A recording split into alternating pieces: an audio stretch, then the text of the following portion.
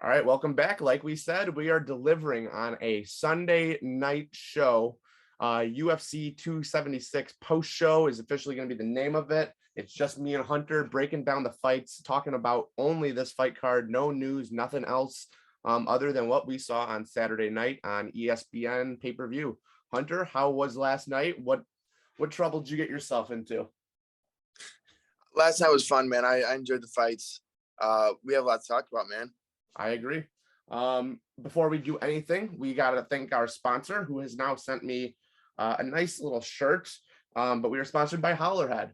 Howlerhead banana flavored whiskey is unlike any whiskey that you'll have ever in your life. I do recommend it frozen. I had maybe a few too many glasses last night, but I'm not complaining. I'm here. I'm doing good. But yeah, Howlerhead whiskey, please be 21 or older to drink responsibly. Obviously, no drinking and driving. You just got to do you and enjoy some Howlerhead whiskey. I was drinking it with Coke on the rocks. There you So go. It's nice. And tomorrow too, 4th of July. So maybe you guys, pop open a little bottle of that tomorrow.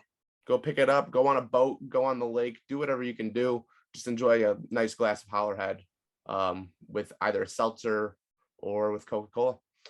UFC 276, though, let's start it off. First fight of the night.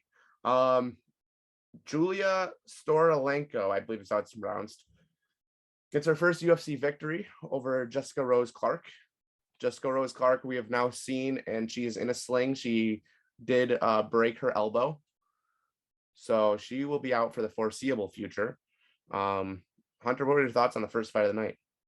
I literally tuned in 10 seconds into the fight, just went right for a takedown. If you saw the dislocation, it was nasty. It was absolutely gross. It sucked because I wanted to see that fight play out.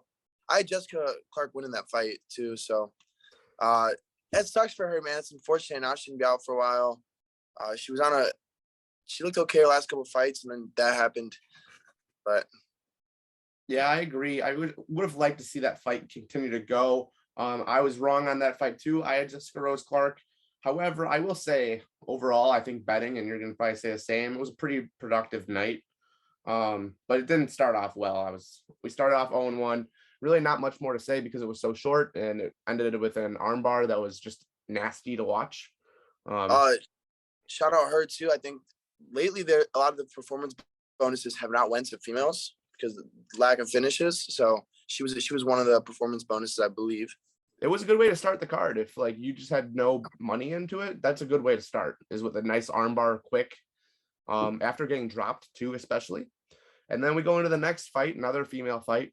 Macy Barber gets the unanimous decision over Jessica I. We now have seen Jessica I has retired, the first of two people to retire on the night. Probably should have been three, but we'll get into that a little bit later. Macy Barber, though, looked phenomenal, to be honest with you. Yeah, she looked good. I still think her grappling is going to be, her downfall against the top girls in the division. But Jessica I, it was definitely time to call it quits, man. And she had a great career, fought for the belt. She just doesn't have it anymore. To Macy Barber's credit, she is only 24 years old, so there's a lot of time to continue to grow and become a future champ. Already calling her out is a fight that she's already won with Casey O'Neill. Casey O'Neill's taken to Twitter. She wants that rematch. She wants to show that she has improved way more faster than Macy Barber, and I think that's a good fight, to be honest, with where they're both ranked in the division and how young they are.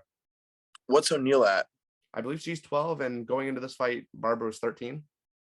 If I'm Macy, I'm fighting above me the rest of the time, because if she needs a quicker path to the title. I would imagine she's gonna jump over O'Neill, though.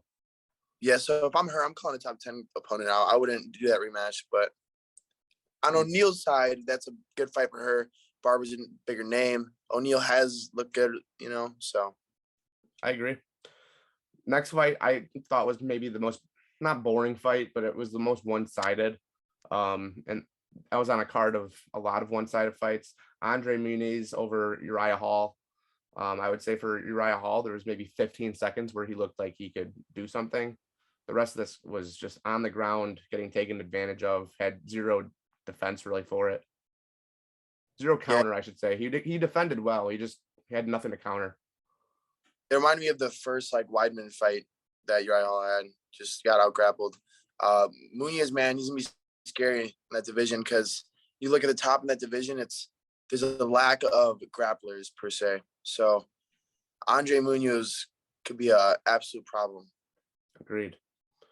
Into the normal prelims on ABC. Dricus du Plessis gets the unanimous decision over Brad Tavares. This was a little bit of a surprise, and especially if you watched that first round, I thought Tavares was going to kind of easily go to it. It seemed like as du Plessis got more and more tired, the more calm he got, which actually he was able to control himself a little more. And I think that actually ended up helping him get the win in this fight. Yeah, I was talking about this with my buddy, and I think that's just how he breathes. Because he looked fresh still, like he was throwing in volume the whole fight. I think that's just how he breathed. He looks tired, but he's fun to watch, man. It's I believe 3-0 in the UFC now.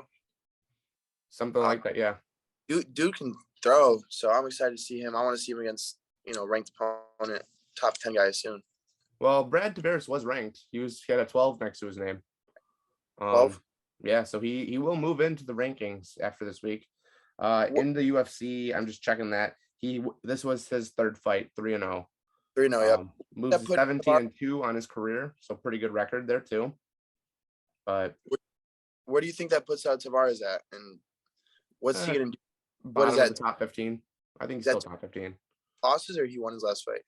Oh, he's 19-8 now as a pro. In terms of the UFC, he was coming off a 2-fight win streak. Okay. So it's a good win then for du Plessis. And so his losses come against Edmund Shabazian, Israel Adesanya, and du Plessis. So, I mean, not really anything that you have to like worry about in terms of cuts. I'm trying to go in order of these fights. Ian Machado Gary defeats Gabe Green pretty easily, to be honest with you. Ian Gary looked pretty good, and I mean, he there's times where I was like, all right, this fight's getting a little boring, but I think that's just how we're gonna have to expect him to fight. I think he's smarter than what we kind of hoped. We were kind of hoping he would jump into these fights like Conor McGregor and just start knocking everyone out. That's not how he fights, unfortunately. But I liked how Ian Gary came out, though. I think he learned a lot from that first fight. His first fight was a banger. He was almost put out, He ended up getting a knockout, and I think he's such a good distance striker that he's starting to realize that's his niche. I don't know. It's if you look at the landscape of that division, look at Izzy. A lot of these guys are point fighters right now. So yeah, he fits right in there. Yeah, he's honestly fits the equation, if you will, on how to get the belt in that division. So I mean, it's gonna be interesting to see what he does. He's obviously super young as well. But we'll see what happens there. Into the second retirement of the night. Jim Miller wins by a guillotine, I believe, if I'm remembering correct, over Cowboy. Cowboy did put the hat down, put his gloves inside the hat. Kind of a surprise to many. I thought it was going to take more of a cut, but apparently he did know, regardless of the result, this was going to be his last fight. I know earlier on he was talking about going for 50 fights. So that didn't happen, but hey, he went out on his own. First battle Hall of Famer, man. He's gonna get in. Him and Jim Miller. Absolutely. Both are legends. He looked really good too. That's what sucked. He looked good that first round. He threw a nice high kick, gets caught. Well, Jim Miller tripped. I don't even think he really got caught. I think he just tripped him on himself. Oh, he threw a left kick and kind of just fell. Yeah. Yes, maybe. Jim Miller, that's 3 finishes in a row. He looks good. Getting better with age. Yeah. Truthfully, that's a division up. So I mean, sad retirement, but Jim Miller, I want to see him fight 5 more times. Yeah, I mean, if he fights like that, I don't think there's an issue. He stayed out of damage for the most part, and it might be because he was fighting Cowboy, who's a little bit older. I don't know how he'd do against some of these young guys that are a little more firepower, but I like Jim Miller's performance. I think that's not the last we'll see of him. I would expect to see him by the end of the year. Into the featured fight on the prelims, Jalen Turner made easy work of Brad Riddell. Yeah, that was my lock of the night, was a Jalen Turner too. So There was a total of five strikes landed in that fight. I put a pretty penny on that one, and it paid So off. did I. So I love Jalen Turner, man. He's a freaking stud. Yeah, I thought it was easy money. I think the odds were pretty close, weren't they? Odds were really close. I also didn't think the City Kickboxing was going to need a clean sweep. I knew someone had to lose. Yeah, that's true. Riddell was the man. Riddell was probably the easiest choice. And we'll get into that more a little bit. But for the main card, we started it off not so hot. This is where I think we might have different opinions on how this fight was. But what were your immediate thoughts on Pedro Munoz and Sean O'Malley's no contest? It's kind of tough to judge based on that. I think Munoz was looking for a way out. Personally, I mean, he even when he got the groin kick, which barely hit the groin, hit more of the lower abdomen, right? That's what I thought. I thought it did too. And it wasn't a clean. Even the eye poke wasn't that clean. Like it wasn't in, super deep. I don't know. I thought he wanted a way out. He looked good though, Munoz, with the leg kicks the first round. I still think that Sean was going to easily win that fight. He was out striking him. All the better shots, the cleaner strikes, in my opinion, were I thought Sean was checking the kicks pretty well. Checking them really well. You could see him turning right into it. Munoz wasn't going to beat him. I feel like if those guys fight, Munoz cannot beat him 10 times out of 10. Right. It sucks for Sean because, that was his chance against a top 10 opponent finally, and then that happens. Right. And now we're going to have to hear like, oh, well, did you see how much his leg was getting kicked? Well, those strikes landed. I wouldn't say they were good strikes. The judges' scorecards, they had two judges had, Munoz. So it's like, of course, Sal D'Amato was the one that I'm pretty sure. I think it was Sal D'Amato. It was Sal. It was Sal. He went Sean, but that's what everyone's gonna say. Oh, he was losing that fight. Like, come on, dude. If you could watch that fight, who's the better striker, the better fighter. Second round, I would have given to Sean too. He was winning that one. Yeah, I think it was definitely 1-1, if not 2-0, Sean. And the way the pace was going, it was in Sean's favor. I think it's really unfortunate for what happened there. I don't think Pedro wanted that fight, if I'm being 100% honest. It seemed like he was just looking for a way out, like you said. When the kick happened to the groin, the first thing I said at this bar that I was at was, I don't think that hit him below the cup. Like, I think that was for sure, like, lower abdomen. And he was like, all right, that's close enough that I can maybe, like, pull out of this for a second. Then to not even try to go the whole 5 minutes where he got poked in the eye and he has his eye closed. They're like, what do you feel? He goes, I can only see black. Well, no kidding. Your eyes are closed. Yeah. That was, and they called it after, I think it was like a minute, 15 seconds. Like, why are we not giving them the full 5 minutes to see what happens? Well, I don't know what the conversation was. I believe it was Jason Herzog was in there. I don't know what the conversation he had with Pedro, but I feel like Pedro's just wanted out and he was basically told him, I can't see. Pedro saw it as a chance to leave this fight and not get injured, not be a human highlight for Sean again. I felt like Sean O'Malley was going to win that fight, though. Honestly, if I'm, the matchmakers, which I'm not, but at their Tuesday meeting, I'm literally sitting down and I'm saying, I think Sean O'Malley should get the loser of Dominic Cruz and Marlon Vera. That fight should set up the loser. Sean gets to face him. I would bump him up in the rankings even a little bit. The other option would be Cody Garbrandt.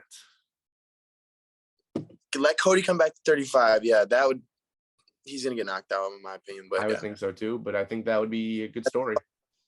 Money fight too. Yeah, and you could honestly put that as a fight night card, and your fight night card will get a lot of attention. Put it on ESPN. You'll get a lot of new fans into the sport. Do that in the fall or in the winter. Absolutely. Yeah. Early winter, late fall. I think that's a good idea for the UFC. Into the next fight, we both said it. As much as it would have been cool for Robbie Lawler to get the win, when I heard the odds, I immediately switched over to Barberena because I thought that Lawler was going to be the underdog. Lawler looked good the first round. Barberena, I don't know how he stood up for as long as he did, but once he started landing, it was night for Robbie Lawler. I think Robbie still has it in the tank. He's still a warrior. He went out on his feet too, man. He was still fighting, or at least trying. But he tried. Ryan Barberena is fucking tough. Especially he had the overalls on, man. How are you gonna, based on those odds, that was an easy lock right there too. I think I put a couple hundred on that one. Yeah, I had the same situation. I was a little scared there for a while. I'm not gonna lie to you. But Rock that pocket and like he can knock anybody out still. He still has that power. yeah, he looked like he was gonna get him out of there early in that first round.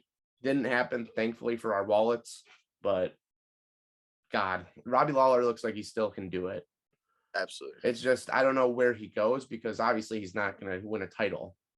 But I think he's gonna have to start just getting big name fights, kind of like how he did with Nick Diaz. Just throw a lot of bigger names. I don't think he's gonna have another title run in him. So I think that's the best way to do it. Make your money while you can. Into what was maybe the people's main event and the biggest fight that I was wrong about. Alex Pereira knocked out Sean Strickland pretty violently, to be honest with you. Yeah, I called it. I called it on the podcast. I said Pereira is gonna beat him. He's a better striker. Because what I said was this: if Izzy fought Sean Strickland, what would the odds be? Exactly, it'd be so far, Izzy's favor, and Alex Pereira is, a better striker than Izzy based on the past. So I think it sets up an absolute banger for a middleweight championship. Which I think is what's going to be next, and I'm sure we're going to talk about it a little bit. I don't think there's really much to say about this. Congrats to Alex Pereira. You're now going to have a number next to your name. Will probably be a number 4, but it doesn't really matter because you're fighting for a belt next. And then in the co-main event, which was a title fight, a trilogy fight, Volkanovski just put an end to the conversation and dominated Max Holloway pretty easily. Yeah, he's levels above everyone right now in that division. It might take a certain special someone to come out of retirement, and go up a weight class and try to get that C4, the fourth belt. They talked afterwards. I don't know. We'll talk about the fight real quick. Volkanovski absolutely dominated Max Holloway. And Max looks so good in his last 2 fights. That just shows you how good Volk is. Yeah. But, yeah. Now, there are people calling out Volk at 145. Most notably was Bryce Mitchell. Nasty. He wants to try to get his hands on him. He wants to try to grapple with him and see what happens. And I'm here for it. I don't know if it's going to go the way that Bryce thinks it's going to go. Josh Emmett is obviously going to be right there. He's probably the next title fight. Josh Emmett's aging, but this is no better time than now. And he's another guy that we could see again by the time 2022 is over with.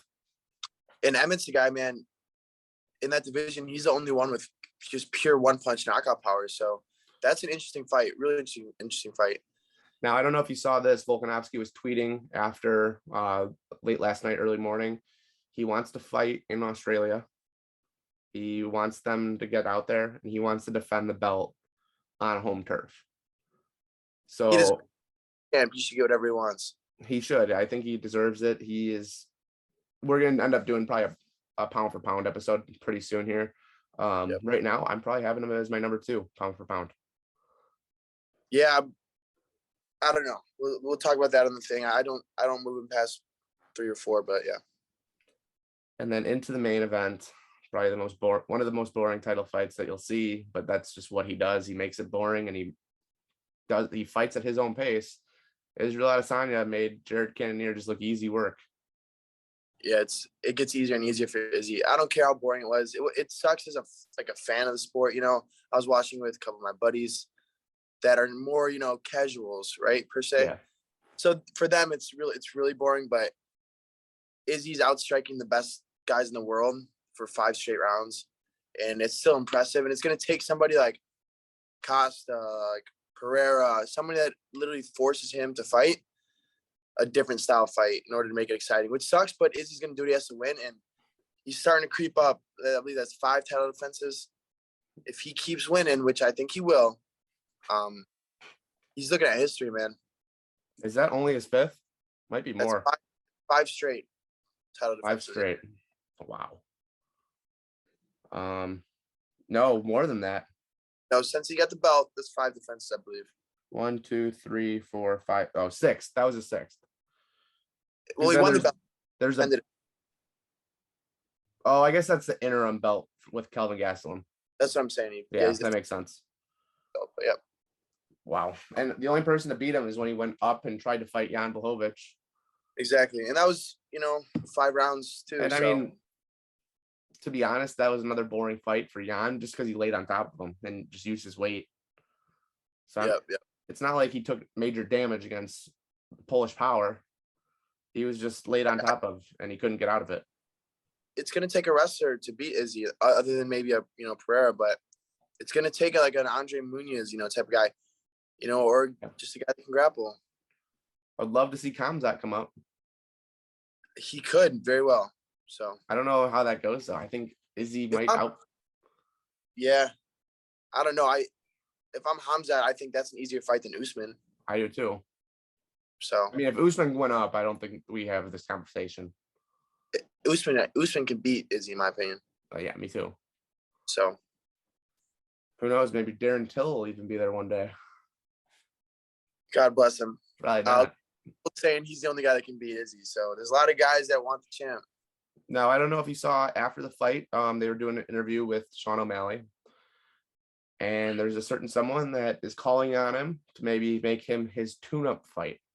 And that person is Henry Cejudo, wants all of the Sugar Show. I think there's a major advantage in height and reach for one of the two. And it doesn't take much to see who that would be. I don't really like that fight for Henry Cejudo, to be honest with you. Really? Henry Cejudo would walk through Sugar Sean, in my opinion. I feel like the wrestling would be good, but I think he might have trouble getting there, to be honest. It's a much bigger guy in Sean O'Malley. I just don't think so, personally. But because obviously Sean O'Malley cuts weight and then he balloons up. It's different, but the way Henry Cejudo can get inside and out, he's another level too, man. I get that, but I don't know. That's an interesting fight. And like Henry Cejudo's not Henry. Sean O'Malley was kind of sitting there just being like, what is this guy talking about? And he's obviously king of cringe. He's sitting there, bend the knee. And I think it was Laura Senko was the one that was like kind of interviewing Sean. And he goes, that guy's fucking crazy. Henry's wild, man. He's a beast though. Yeah, I mean, I think Henry's just trying to stay a little bit relevant right now until something actually happens, because he's calling out Aljo, on Instagram. He's calling out Volk after the Volk's fight. He's calling out Sean. So I just think he's calling everybody out just to entertain a little bit. There's a 7-inch height advantage, and that's fine. I mean, Sean's have height over a lot of people, so I guess, but I don't know. Weird fight to make if that's the fight that we end up going with. Yeah.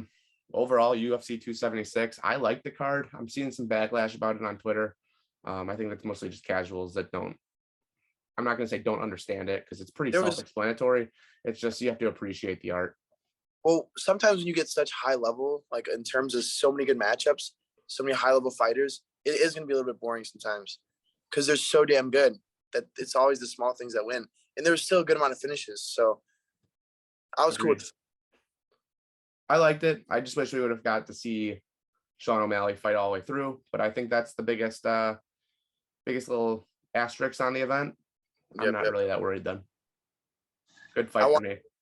Finished by Izzy, but he definitely dominated, outclassed him for 5 rounds. So definitely. All right, so that's everything for this episode. This is our new recap episodes. So then when you guys listen to us on Thursday, there will be no talk of this last weekend's event. Instead, we'll go right into news and right into the card coming up. We're going to try and get a little bit more boxing knowledge in. Now, we're not going to do like recap boxing events unless it's something massive. And by massive, we'll probably do Canelo Triple G. If Tommy Fury and Ngannou fight, we are definitely obligated to cover that one. But anything with involving MMA guys, Gervonta Davis, the really, really big names. That's it. When McGregor and Mayweather fight, we'll be doing something for that. Yeah. And just stay tuned. We'll be posting a lot more. So hopefully you guys enjoyed. Tell your friends, like, share, comment, do whatever you can do depending on what you're listening or watching on. And we'll see you guys on Thursday. Peace. Yep.